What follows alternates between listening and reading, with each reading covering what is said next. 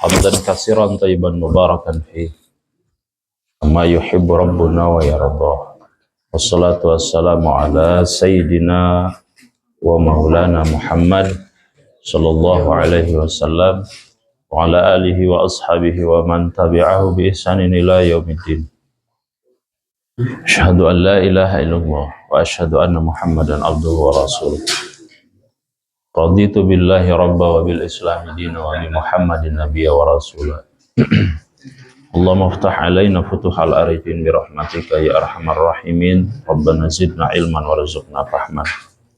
Subhanaka la ilma lana illa ma 'allamtana innaka antal alimul hakim. Amma ba'du. Segala puja dan puji hanyalah milik Allah Subhanahu wa taala yang terucap dalam kalimat alhamdulillah. Semoga apa yang telah Allah berikan, anugerahkan kepada kita berupa umur yang panjang sampai dengan hari ini, nikmat kesehatan tentunya, nikmat iman dan Islam terutama, dan mudah-mudahan semua apa yang telah kita miliki saat ini dapat meningkatkan ketakwaan dan ibadah kita kepada Allah Subhanahu wa taala. Dan tentunya sangatlah merugi orang-orang yang diberikan kesempatan kesehatan tetapi tidak digunakan untuk beribadah. Karena sebagaimana dijelaskan dalam surah An-Naba di ayat yang terakhir, ketika nanti di yaumul mahsyar kita dapat melihat surga dan neraka hakul yakin. Nah, itu pada saat nanti di yaumul hisab, yaumul mahsyar, kita akan melihat dengan jelas surga dan neraka. Lalu kemudian setelah dibangkitkan oleh Allah Subhanahu wa taala, dan hari kebangkitan itu, Pak, itu dibangkitkan seluruh makhluk hidup, termasuk juga binatang. Binatang juga dibangkitkan. Sato-sato, kucing, ayam, kebo, munding, macam-macam, semuanya dibangkitkan. Lalu kemudian apa kata Allah? Yaqulu ya laitani kuntu turaba. Bagi kalian yang bukan manusia, maka silahkan menjadi tanah. Kuntu turaba. Turab itu tanah. Maka semua manusia itu akan dihisab, sedangkan makhluk-makhluk seperti binatang yang kita tahu, semua bentuk binatang, semua jenis binatang itu akan dijadikan tanah oleh Allah Subhanahu wa taala.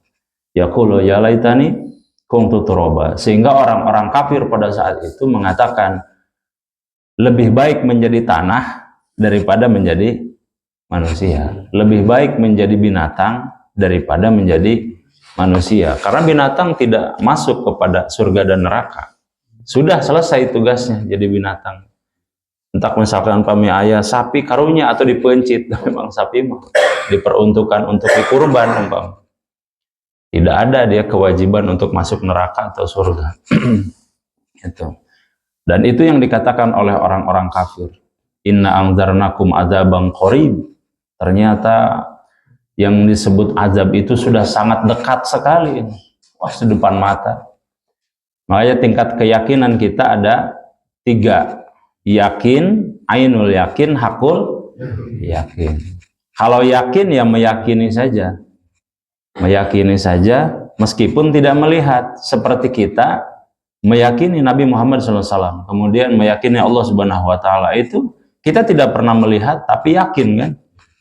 Itu namanya yakin. Kemudian ada ainul yakin. Ainul yakin itu kalau kita sudah melihat dengan kepala mata kita sendiri. Mata kepala atau kepala mata. Ya, jadi kita sudah melihat dengan mata kita sendiri bahwa memang itu ada barangnya. Ya uduk apa nih Pak? Nah, anu teka masjid kan naros ai subuh tadi, ieu naon, kueh naon, uduk umpama naskun. Itu namanya yakin nungkul. Tapi mana coba ningali? Nah iya. Nambe ainul yakin. Dengan mata kepala sendiri. Pas begitu tuang sarang uduk sarang naskuna, nah itu namanya hakul yakin. Kan ya belum tentu Pak, kan masih kabungkusnya. Teuing naskun, teuing uduk, teuing lotek. Lotek yang sami kieu bentukanna. Tapi begitu dibuka, dituang, koneng. Nah, berarti emang nasi koneng. Itu berarti baru hakul yakin. Dan itu dijelaskan juga di surah Al-Kautsar, sebagaimana Allah menjelaskan bahwa nanti kita akan melihat neraka itu dengan hakul yakin. Berarti nanti di yaumul mahsyar kita dibangkitkan dalam kondisi tubuh kita ini sempurna. Jadi dibangkitkan itu bukan ruh, Pak, tetapi jasad. Dari golongan jin dan manusia nanti dibangkitkan. Gitu. Kecuali binatang. Binatang meskipun dibangkitkan, tapi Allah memerintahkan untuk kembali jadi tanah. Gitu. Sebagaimana di surah An-Naba ayat terakhir itu. Yaqulu ya laitani kuntu turaba. Termasuk juga jin, itu juga dibangkitkan. Jin, manusia. Salawat dan salam tentunya semoga selalu tercurah limpahkan selalu kepada junjungan kita Nabi besar Muhammad Sallallahu Alaihi Wasallam yang telah membawa risalah sampai dengan kita saat ini. Alhamdulillah. Nabi Sallallahu Alaihi Wasallam pernah ditanya oleh para sahabat, apakah Nabi itu, Nabi Muhammad itu membawa agama baru atau membawa agama sebelumnya? Pernah ditanya oleh para sahabat dalam hadis sahih. Kemudian Nabi Muhammad SAW menggambarkan bahwa Islam ini seperti bangunan, kata Nabi. Pada saat bangunan itu sudah jadi, ada batu bata yang masih satu. Kalau kami orang menan saya Pak, sekeramik gitu, keramik. Masih bolong ini, masjid ini. Sudah dibangun sedemikian megah, tapi masih aya keneh bolong. Saukuran meter lah umpama. Maka kata Nabi, aku itu seperti batu bata yang menggenapi, yang melengkapi semua bangunan yang telah dibangun ini. Maka syariat-syariat yang dibawa Nabi itu sebetulnya bukan syariat baru, tapi syariat yang sudah dilakukan oleh nabi-nabi sebelumnya. Seperti sunat, kan? Sunat sudah dilakukan oleh Nabi Ibrahim alaihissalam. Namun bedanya, kalau dulu sunnah saja sifatnya, tapi pada saat masuk kepada Nabi Muhammad SAW, syariat itu menjadi wajib. Kenapa? Karena dia masuk pada perkara wajib, nempel pada perkara wajib. Untuk melaksanakan sholat supaya sah, maka semua badan kita ini harus suci dari najis. Sedangkan apabila masih kena aya kuncup, kuncup, sudah berakal, sudah balik, kemudian tidak dalam kondisi gila, ya berakal, tidak mabuk, maka dia diwajibkan kalau sudah masuk kepada balik, diwajibkan untuk sholat. Sedangkan sholat itu harus bersih dari najis. Apabila masih keneh tah aya kuncup, maka kedah dicepit. Nah, orang masuk sebatna teh cepitan.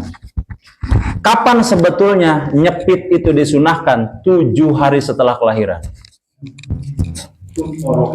Iya Pak, udah sunahna mah gitu.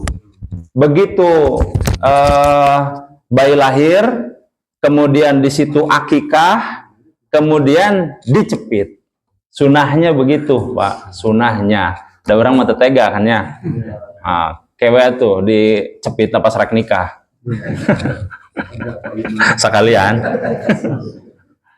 Pak Imam gitu ya, nikahnya nyepitannya. Itu sunahnya begitu Pak. Sunahnya itu diberikan nama, kan ya akikah itu kewajiban orang tua terhadap anak, satu memberikan nama yang baik. Entong namina teh runtah atuh. Di abi aya namina runtah saur abi. Aya namina pengki. Pengki aya di abi, macam-macam we asal-asalan. Sepuh pungkur teh asal nami we. Nabi Muhammad XXX gitu. Nami nu saya lah secara makna, secara lafad gitu. Tapi tong namian syaiton, kan aya di Al-Qur'an Ustaz syaiton. Akikah itu kan memberikan nama yang baik. Kemudian kalau ada kalau punya uang menyembelih, hewan kambing dan tidak bisa ditukar dengan ayam. Tata ayah cina domba mah ayah ge ayam tetiasa hukumnya saklek itu memang harus kambing domba. Kenapa? Nggak ada syariat kambing, Pak. Kemudian setelah itu dibagikan, Ustad pamih henteu ririungan kumaha henteu ririungan gitu, Pak. Kan sok di orang mah nya siga ya kedah we gitu. Padahal mah tidak itu. Sunahnya adalah kalau sudah misalkan disembelih si dombanya, itu dibagikan sunahnya dalam kondisi matang. Sunahnya itulah bedanya akikah dengan kurban. Kalau kurban dibagikan mentah gitu, mentah nak kurban mah entong asak riweuh atuh pas begitu Pak Haji tos mencit nya kudu masak nya kudu wah tuh sabaraha kilo atuh 800 kilo umpama dimasak encan.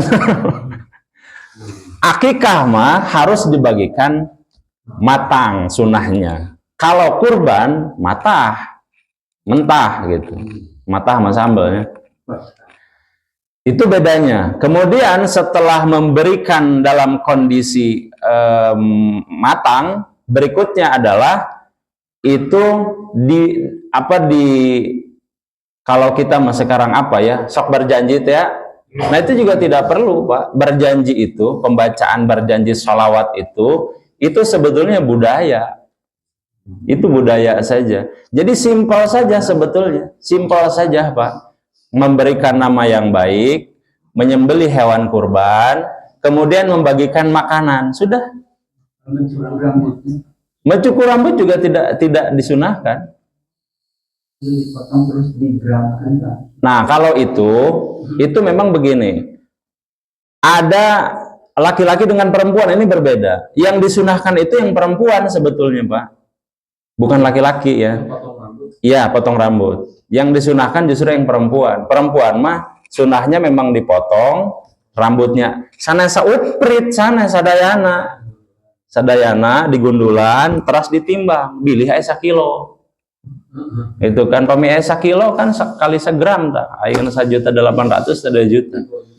2.400.000 umpama. Pami aya 1 kilo sesuai dengan kadar gramnya si rambut dikali uang sejumlah itu. Harusnya begitu. Sana sauprit sakitu. Teuing ti mah ajaran sauprit sakitu simbol. Pami simbol unggul mah teu sawios deui mah hese umpama ada kedah anu ahli kan.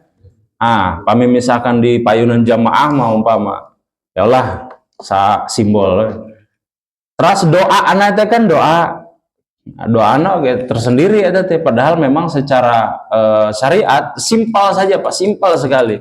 Dikerik sadayana, digondulan, terus ditimbang tos. Kenapa? Supaya jadi sedekah. Jadi sedekahnya si bayi nanti.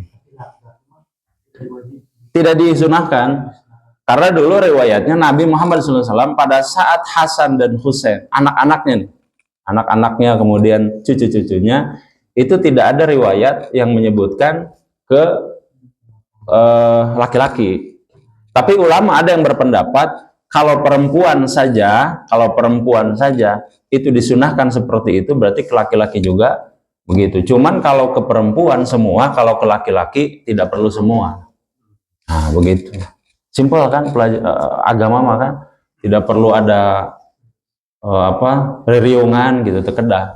Kalaupun ada itu sifatnya bukan ritual, itu bukan kewajiban.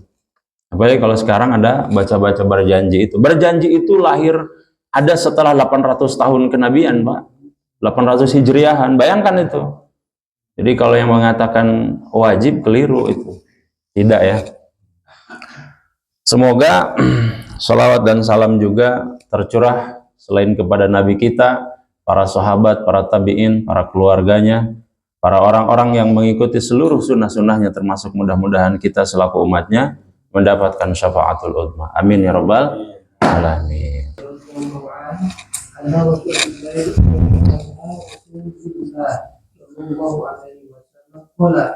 Inna Allah Ta'ala faruqa faraid fala yubayyuha wa hada wujudan fala tahtanuha wa hurrama asya'a fala tahtanuha wa sakata an asya'a rahmatan lakum wa nishani fala tabahatu anha hadits hasan rawahu Daraqutni wa ghairihi.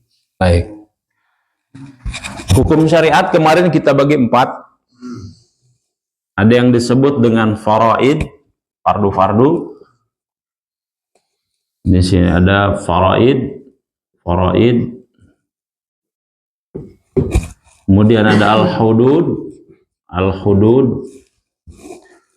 Kemudian ada di situ larangan termasuk al-hudud. Bentar. Kemudian ada yang disebut dengan al-hurrimat, keharaman-keharaman yang telah Allah tetapkan. Al-hurrimat, faraid, al-hurrimat. Yang terakhir adalah al-maskut.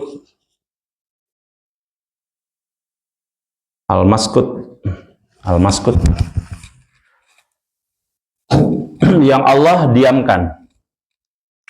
Al-faraid, kewajiban-kewajiban. Al-hudud, ini adalah larangan. Kemudian ini adalah keharaman. Kemudian ini adalah pembiaran. Bahas ya. Kemarin kita sudah bahas bahwa di surah At-Tolak ini contohnya banyak. Faraid ini yang kita tahu ada puasa, kemudian ada sholat, kemudian ada zakat, dan seterusnya ya. Kemudian al-hudud ini dibagi lagi. Ada yang disebut dengan larangan, ancaman, ada larangan, kemudian ada ancaman di situ, kemudian ada hukuman yang terkadar. Ada hukuman terkadar. Ya. Nah, contoh misalkan ini ada aturan. Misalkan ada aturan-aturan dalam talak kemarin ya. Masih ingat Pak? Ini aturan. Ini misalkan ada talak di sini. Ini ada talak, ini ada waris. Masih ingat Pak? Nah, kemarin kita sudah bahas talak itu tidak boleh mentalak seorang istri, termasuk dalam aturan. Talak itu tidak boleh dilakukan pada saat istri dalam kondisi haid. Haram hukumnya itu. 2. Haram hukumnya pada saat mau mentalak digauli dulu. Ya, habak-habakan heula upama. Ya, tapi itu haram, Pak. Beres berhubungan talak. Haram itu, Pak. Haram, tidak boleh. Jadi talak itu dijatuhkan dalam kondisi suci. Tidak boleh dalam kondisi haid. Kemudian dilakukan talak setelah ada masa tidak digauli. Itu ya. Itu haram hukumnya kalau tetap dilakukan. Cerai talak itu, Pak. Kemudian setelah dicerai, seharusnya istri tidak keluar rumah. Tuh. Orang kumaha, Pak? Setelah ditalak langsung keluar kan suami dangdan Pak. Pengalaman sih ini seorang dah langsung nyari mangsa di kamar teh ngincer apanya kalau resan jadi rangda itu. Jadi setelah talak itu seharusnya dalam surah At-Tolak dijelaskan tidak boleh keluar rumah. Tuh. Kedah saimah heula. Naon tujuanna? Pertama, si suami masih punya hak, kewajiban untuk memberikan nafkah. Sampai nanti masa iddah. Masih punya kewajiban, Pak itu. Nih, kalau seandainya tidak memberikan kewajiban, maka hukumnya haram, dosa itu. Masih punya ya nafkah. Kewajiban untuk memberikan nafkah itu wajib. Selama masa iddah. Apa sih masa iddah itu? masa 3 kali suci. Masa 3 kali suci dalam syariat iddah ini Pak itu supaya bisa memastikan bahwa rahimnya si istri itu dalam kondisi suci, dalam kondisi bersih. Karena bilih kieu Pak, masa iddah, kalau tidak ada masa iddah itu untuk memastikan kan, untuk memastikan ada nggak janin dalam perut. Nah, itu masa iddah itu tujuannya begitu. Tapi kalau seandainya nikah di masa iddah, sareng misalkan Pak RT ya, sareng Pak RT nikah, berhubungan tah bilih lieur tah, ieu teh anak saha. Gitu. Tapi kalau masa iddah sudah lewat, maka itu bisa dipastikan tidak ada janin. Khawatir kalau dalam masa iddah menikah, itu anak saha gitu. Itu untuk memastikan masa iddah itu. Nah, itu 3 kali suci ya. Kalau ini 3 kali suci Pak, berarti talak itu nanti boleh kembali selama masa iddah ini. Selama masa iddah nih. Talak misalkan ayeuna kaping sabraha ya Pak? 5. Kaping 5. Nah, kaping 5. Contoh 3 bulan ke depan kan masih masa iddah 4 bulan kan? 4 bulan masa iddah. Ah, sebulan ke depan Bapak hoyong deui tah. Kan aya di rumah makanya wah ya paminingali kan aya deui gitu. Tah hoyong teh aya deui. Nah, maka agama mengharuskan untuk tidak keluar rumah supaya apa? Besar kemungkinan akan kembali. Besar. Pamit tebih, waduh, susah. Gitu. Maka ada ungkapan begini. Ini kata ulama nih. Ulama pernah ditanya, ya Syekh, ini perkataan ulama bukan Nabi, ya Syekh, dulu sebelum saya menikah, istri saya itu adalah orang yang paling cantik sedunia. Wah, diuber-uber kan? Diudag-udag. Kenapa setelah menikah tidak ada orang yang tidak semua orang ini cantik, semua wanita ini cantik terkecuali istri saya. Itu terus nikah makan gitunya. Sadayana aja kok gelis herang gitu, main cerang, glowing. Tapi istri di rumah dah kulembek. Itu Pak, memang begitu. Itu setan tuh. Sebelum menikah, istri itu adalah orang yang paling cantik sedunia. Tapi setelah menikah, nah itu cobaannya. Makanya ibadah seumur hidup, Pak. Setelah menikah, semua orang, termasuk anjing, termasuk anjing, itu lebih cantik daripada istri saya. Ya kan bahasanya Pak, bahasanya gitu. Dilanjutkan tuh, ku Syekh nanti. Oh biar. Oke. Kata Syekh ini, sesungguhnya meskipun semua orang kamu nikahi di dunia ini, semua orang, Pak. Kan katingali tadi teh istri terus tegelis kan, itu jadi istri mah. Kata Syekh itu, semua orang, kalaupun kamu nikahi di dunia ini, maka itu akan menjadi tidak cantik.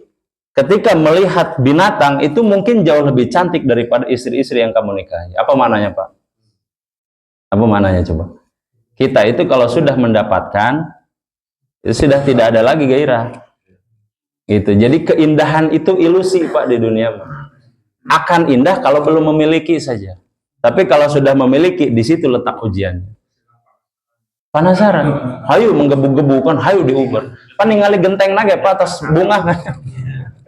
Ningali genteng nawung kok dah, genteng bumi. Oh, sih kan. Bunga gitu. Ayo menuju kasengsema kan. Kasmaran teh Pak. Seperti itulah.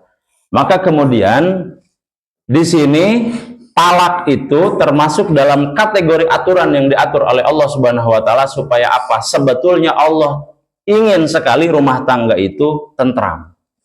Sehingga apa? Aturan-aturannya dibuat supaya kembali. Gitu, Pak. Ya makan orang hentenya kebiasaan begitu beres ditalak ya sudah pisah masing-masing kan. Padahal harusnya satu rumah dulu itu selama masa iddah. Kemungkinan besar kembali itu, kemungkinan besar. Kemudian kita lanjutkan ya. Ada yang disebut dengan hudud. Apa hudud ini, Pak? Hudud itu dia juga bisa berupa ancaman. Contoh, dalam perkara zina. Orang yang melakukan zina ada muhson dan ghair muhson. Kalau orang yang belum menikah maka dirajam 100 kali. Di orang ayatnya ayah kan berdalil suka sama suka. Karena atas dasar kerelaan jangan kamar teh gosap deh Pak. Jarah menjarah haram hukumnya kecuali kerelaan. Makanya ada delik kalau seandainya itu kekerasan, tapi kalau suka sama suka nggak dihukum kan di negara kita mah. Pas ditaruh teh kamu pas melakukan itu suka, no iya suka, ya entos selesai, tidak ada delik di situ, tidak ada hukuman. Tapi dalam Islam nggak bisa. Dalam Islam itu yang ditanya itu bukan suka sama sukanya, masuk apa ente. Itu. Karena dalam fikih, ini punten, Pak ya punten. Larangan laki-laki dengan larangan perempuan, larangan ya, keduanya ini itu dikatakan sah apabila sudah menempel. Meskipun itu masuk. Anggar Bapak kedah junub baca Pak. Meskipun tidak masuk, menempel saja begini. Menempel saja begini. Iya, kepalanya doang kan tanggung aja teh, Pak. Tanggung aja teh. Menempel itu sudah dihukumi junub, Pak. Apalagi masuk. Maka dalam fikih menempel saja itu sudah dikatakan sama dengan jima. Sama. Harus mandi wajib. Gitu. Inilah takrabu zinahnya. Jauh sebelum itu berdekatan saja tidak boleh. Jauh. Jadi agama melarangnya jauh gitu. Jauh dulu supaya apa? Tidak sampai melakukan. Tapi kalau sudah sampai melakukan, kalau misalkan Pak Dedi kedah dirajam dugikeun ka maot mah dipendem setengah badan dibaledogan ku batu dugikeun ka maot mah. Waduh. Jajan deh tuh Pak itu urusan. Malah kayak nyawar LC. Nyawar biduan. Itu Pak. Itu hukum-hukum dalam Islam. Kemudian ada hukum yang ketiga dalam Islam, misalkan kita ambil contoh adalah tentang kasus pencurian. Di mana dalam hukum Islam ini disebut dengan jinayah. Jinayah itu hukum kriminal. Apabila ada seseorang yang mencuri dalam kadar tertentu, maka dia wajib dipotong tangan. Ini kan dulu kisahnya riwayat sahih. Pada saat dulu ada seorang anak dari Bani, saya lupa, tapi setara dengan Bani Hashim, ya saya lupa ini baninya apa.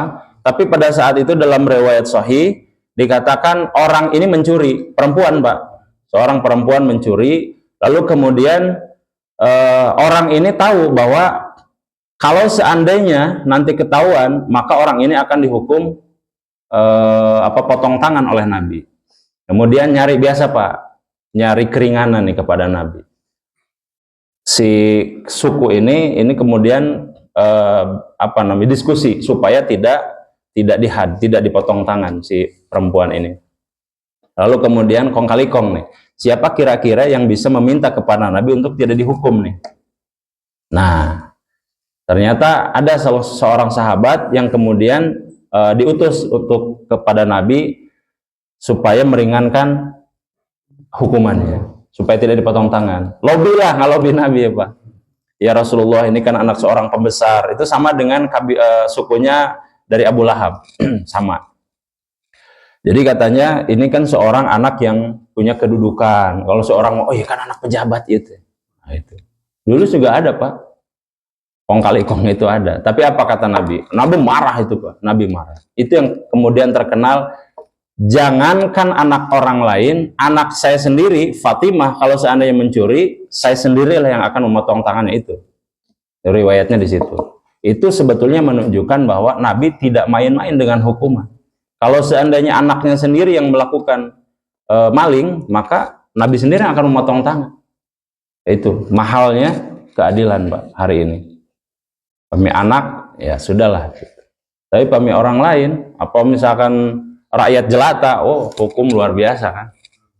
Ketika orang yang berduit ke sana tajam luar biasa. Maka jinayah itu diambil dari kata jim dan nun. Kan banyak nih Pak, ini sering saya jelaskan. Apabila huruf jim dan nun dalam kalimat bahasa Arab ini menunjukkan pasti sesuatu yang tersembunyi. Ada jin. Jin katinggal itu. Ente. Sesuatu yang tersembunyi. Kemudian ada janin. Janin teka tingali. Janin sama sembunyi juga. Kecuali kayak USG kan. Kemudian al-jannah, jannah juga jim dan nun. Sesuatu yang tidak tampak. Terus ningali surga can Pak. Terus al-jinayah. Jinayah juga sama. Jinayah itu adalah perbuatan yang di dalamnya tersembunyi niat keburukan. Jinayah namanya. Apapun bentuknya, niatnya adalah niat keburukan, yang jelas kita tidak tahu. Katingali nama bager. Ternyata mau. Sholat tiap subuh umpama. Ujuk-ujuk kopak lengit. Nah, itu Pak Imam sok itu mah. Nah, ini semua sembunyi Pak. Sesuatu yang tersembunyi dimulai dengan huruf jim dan nun. Semuanya dalam kaidah bahasa Arab begitu. Jin, jannah, itu. Kemudian Pak, jenis jinayat itu banyak. Ada yang misalkan begini, ini contoh, pernah saya contohkan juga ya. Ada niat membunuh dengan sengaja. Ada niat membunuh dengan sengaja. Nanti hukumannya lain dalam ilmu syariat mah. Kalau sengaja. Ada niat membunuh, membunuh tapi tidak niat. Niat nama rek ngabedil manuk. Niatnya ngabedil manuk ya, atau napi ngabedil berit digorong-gorong. Ai pas begitu ditembak mantul karena kapadedi. Maut. Da eta berit. Mantul kena kapadedi, maut umpama. Nah, itu disebut dengan tidak sengaja. Jadi ada yang disengaja, dan ini hukumannya berbeda dalam syariat, tidak bisa disamakan. Ada tidak disengaja karena faktor salah sasaran. Iya. Kenapa? Mobil sengaja tabrakan. Ya gitu, betul. Sama itu ya, sama. Menuju nyetir gitu kan. Pas begitu ya ternyata anu ngalangkung tah murang kali kahajar niat teu. Henteu. Nah, itu tidak disengaja. Kalau tidak disengaja nanti hukumannya berbeda. Ya gitulah. Terus aya pembunuhan, Pak, aya pembunuhan yang memang juga tidak disengaja, umpama ieu aya sapu lidi, sapu nyere ya. Sini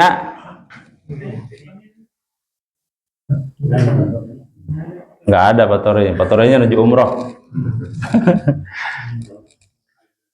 Ayah sapu Pak, misalkan kamu rangkali ya, kamu rangkali, be umpama, kan terniat ya Pak, maut umpama. Nah, sapu nyere juga tidak sengaja, tapi dengan sesuatu yang tidak melukai. Pami tadi makan bedil, jelas pami ditembakkan ke jalmi, ya sahentena pasti luka gitu kan. Nah, itu memang sengaja, memang tidak disengaja, tetapi itu ada potensi untuk mati. Tapi kalau sapu imam kami sapu Pak, kan sebetulnya tidak ada potensi umpama, tidak ada, kalaupun ada kecil sekali. Tapi biiznillah begitu digebugkeun teh maut umpama, itu juga akan berbeda hukumannya. Dalam Islam itu adil sekali. Tapi mami orang ayeuna korupsi 3 triliun. Hukumannya 2 tahun, maksimal 4 tahun. Nyandak suluh ya mas, suluh ini teh kan nyandak suluh 12 tahun Bapak. Suluh sapira sih, Masya Allah ya, 4 tahun sareng 12 tahun. Ya begitulah Pak, susah sekali memang. Dan itu masuk dalam nubuat Nabi. Nanti akhir zaman itu tidak akan pernah terjadi sampai kalian menemukan pemerintah dan hukuman yang tidak sesuai dengan syariat Islam. Pemerintahnya zalim, kemudian hukuman-hukumannya, keadilan itu kalian sulit sekali untuk membedakan. Mana yang benar, mana yang salah. Siga namanya benar, tapi ternyata yang salah menjadi benar, yang benar menjadi salah, dan itu menjadi salah satu dari nubuat Nabi tentang akhir zaman, dan berarti itu sudah terjadi. Kemudian bagaimana hudud ini diterapkan? Nah, kalau hudud, umpama kita lihat dalam mazhab Imam Asy-Syafi'i mengatakan, ini hadis sahihnya untuk dipotong tangan, la tuqta'ul yadu illa fi rubu'i dinarin fasa'idan. Kalau seandainya kalian mencuri seperempat dinar atau lebih, seperempat dinar, nih hududnya, hukumannya itu apabila seperempat dinar. Nah, sekarang pertanyaan, dinar ini kalau sekarang berapa? Ya kan? Dijelaskan oleh para ulama. 1 dinar emas sama dengan kurang lebih 4,25 gram emas. Itu dalam standar klasik fikih. 4,25 gram. 1. Itu 1 dinar. Kalau seperempatnya berarti 4,25 gram tadi dibagi 4. Nilainya 1,06.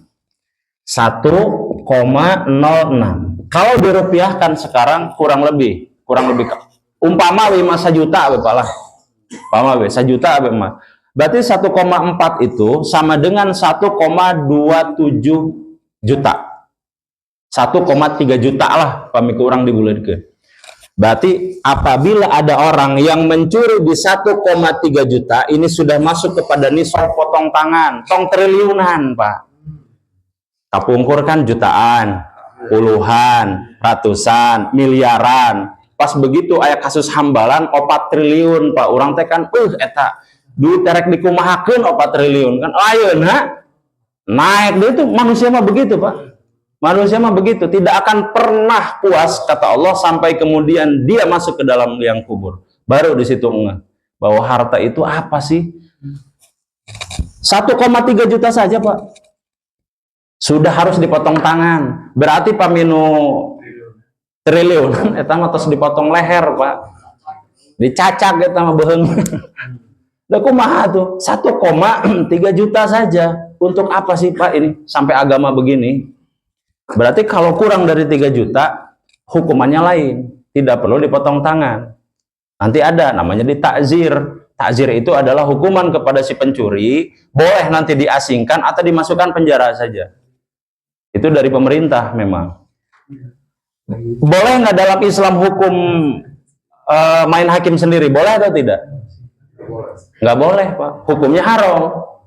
Hukumnya haram itu. Kita yang melakukan hukum sendiri itu haram hukumnya, Pak. Tidak boleh. Harus diserahkan kepada penguasa.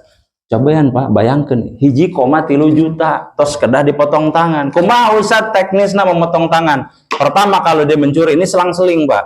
Pertama kanan dulu, selang-seling ini, Pak. Kanan. Terus setelah itu pertama tangan kanan dari pergelangan ini ya, tidak boleh memotong selain pergelangan, Pak. Di dia maksudnya ditutup, di tengah entong haram. Nah, di dia di pergelangan. Persendian. Nah, ini. Kedua, mencuri lagi, Pak, 1,3 juta. Tangan kiri, selang-selingnya. Ya, kanan, kiri. Katelu, kaki kanan, tangan kanan, tangan kiri, kaki kanan, kaki kiri. Tosadayana ya, Pak, leungit ya. Panangan leungit, pean leungit. Masih kene umpama. Masih kene mau keropak masih. Maka dia sudah tidak dipotong lagi. Yang ada adalah diasingkan atau ditakzir, di penjara.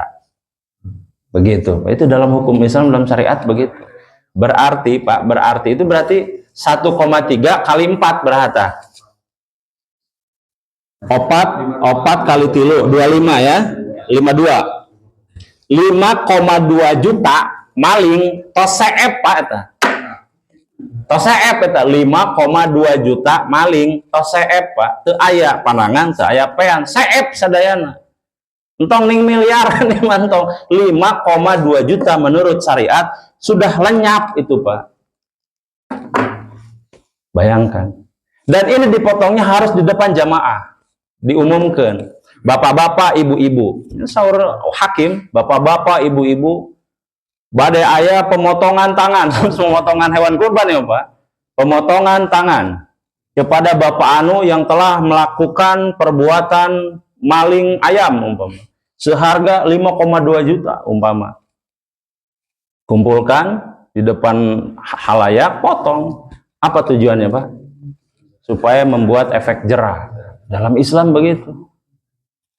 Dan dulu Pak diingat nih, zaman Nabi Pak, kalau seandainya sudah dipotong tangan, itu aib. Itu aib Pak. Dan itu kan melekat seumur hidup Pak, tidak bisa kembali. Dipotong tangan, tukang maling. Tuh.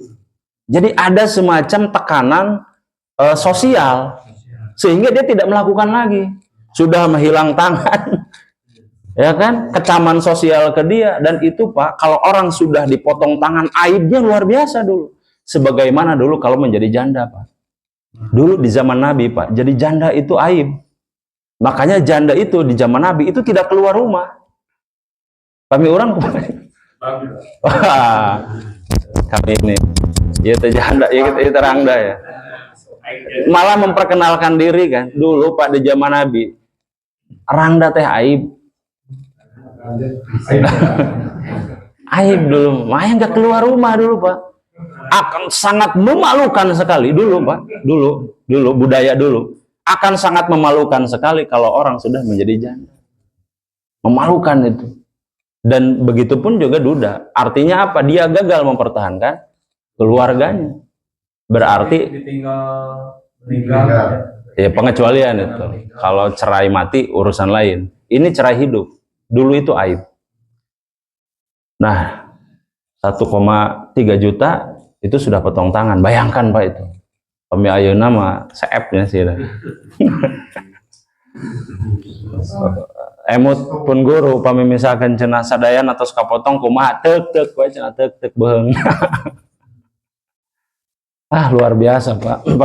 Pami gitu, pami syariat diterapkan dengan hukum seperti ini asana moal aya Pak moal aya asana. Korupsi. Tong misalkan dihukum mati entong eta mah kejauhan lah, da moal disahkeun moal eta mah. Susah. Tapi paling tidak dipotong tangan, nah itu. Seandainya ini diterapkan, sigana moal lain moal. Pernah kan ayeuna seueur nu tos ieu nya, tos ka Mekah kan ya. Eta kan pami misalkan ka ieu ka masjid, toko-toko kan digolerkeun kan, diantep gitu, Pak. Ka masjid mah ka masjid we kan. Pada kosong toko, jalmi nama kan ka masjid kan, salat. Kumaha teh aya nu maok teu? Hah? Nah, hukumnya jalan Pak. Bayangkan seperti itu Pak. Urang mah jalmina aya ada di motoran di payun teu aya leungit. Jalmina aya katingali motorna leungit. Ternyata seperti itulah kalau hukum Allah diterapkan. Jadi di situ kalau seandainya ada motor gitu ya, ada apapun yang masih kuncina teh masih ngagawil gitu Pak. Da aman Pak. Pemi urang ngagawil gitu mah kesempatan emas itu. Ngagarawil Pak. Masih kena nempel si kunci teh. Tapi teu aya kasus-kasus siga gitu. Kedua Pak, ekonomi memang. Dulu ekonominya itu setahu saya memang orang-orangnya kerja. Ini menentukan juga. Jadi kriminalitas tinggi itu juga ditentukan oleh ekonomi. Berarti yang kemarin juga salah satunya faktor ekonomi sebetulnya. Tidak jauh dari kata itu, ekonomi. Sehingga kalau ekonominya amburadul, bersiap-siaplah masyarakat bergejolak. Begitu. Nah, berarti kalau tingkat kriminalitas tinggi yang disebut dengan jinayah itu begitu tinggi, maka ini hati-hati, berarti ketimpangan ekonominya luar biasa. Luar biasa. Tuh ya. Sampai sini Bapak, ada yang mau ditanyakan? Faktor kriminal itu kan bukan hanya hukumannya Pak, tetapi faktor yang lain juga banyak. Salah satunya kesenjangan ekonomi. Di negara-negara yang ekonominya baik, tingkat kriminalitas rendah. Sedangkan ekonominya rendah, kriminalitas tinggi. Dan itu memang setali mata uang. Artinya apa? Berarti hari ini Pak, di negara-negara muslim seperti Indonesia, kesenjangan ekonominya tinggi.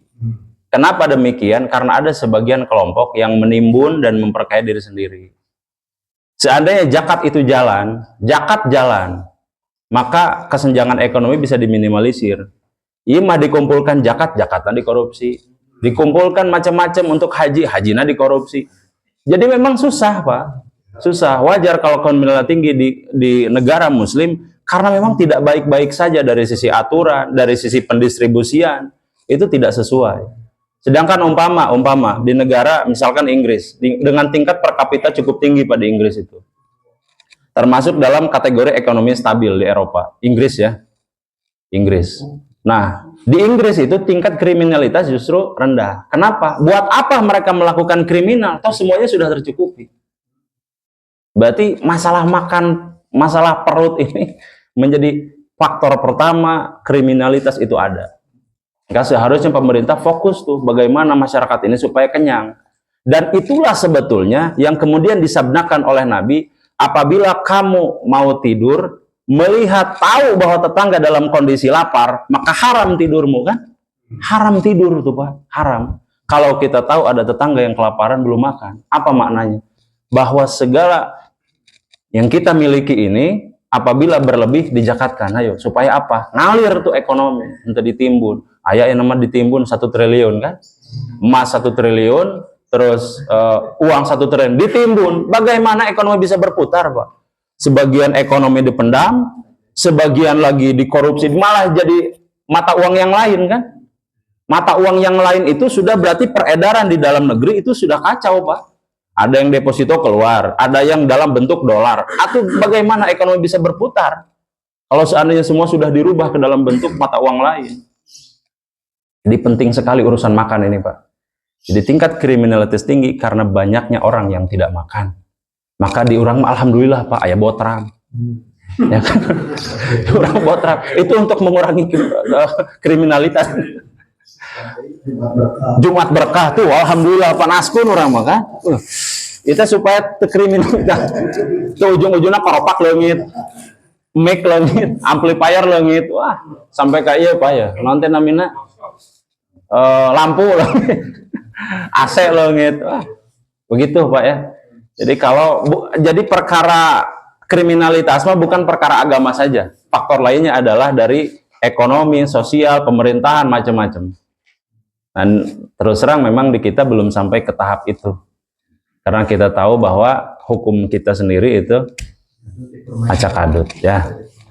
Tapi mudah-mudahan kita berdoa kepada Allah Subhanahu wa taala di tengah hiruk pikuk akhir zaman ini, mudah-mudahan kita diselamatkan. Sebagaimana di dalam doa selamat, Allahumma inna nas'aluka salamatan fid dini wa dunya wal akhirah. Ya Allah, selamatkanlah kami di dalam agama kami, artinya dalam agama itu lurus kita Pak, tidak melakukan perkara-perkara bid'ah. Kalau selama ada aturan, ada anjuran, kemudian memang ada dalil-dalil yang menguatkan, maka kita lakukan. Kalau tidak ada, tinggalkan Pak. Sebagaimana itu yang dibahas di dalam hadis arba'in di awal-awal. Kemudian fid dini wa dunya, dan di dunia juga Pak. Di dunia ini kita sangat-sangat banyak sekali melihat godaan, dan tentunya kalau iman kita tidak kuat banyak terjerumus ke dalamnya. Dan terakhir adalah mudah-mudahan Allah senantiasa menyelamatkan kita nanti di akhirat, sebagaimana menyelamatkan juga Allah kepada orang-orang yang soleh, para nabi, kemudian para rasul yang mendapatkan petunjuk, dan mudah-mudahan kita nanti mendapatkan syafaatul udma dari Nabi Muhammad SAW.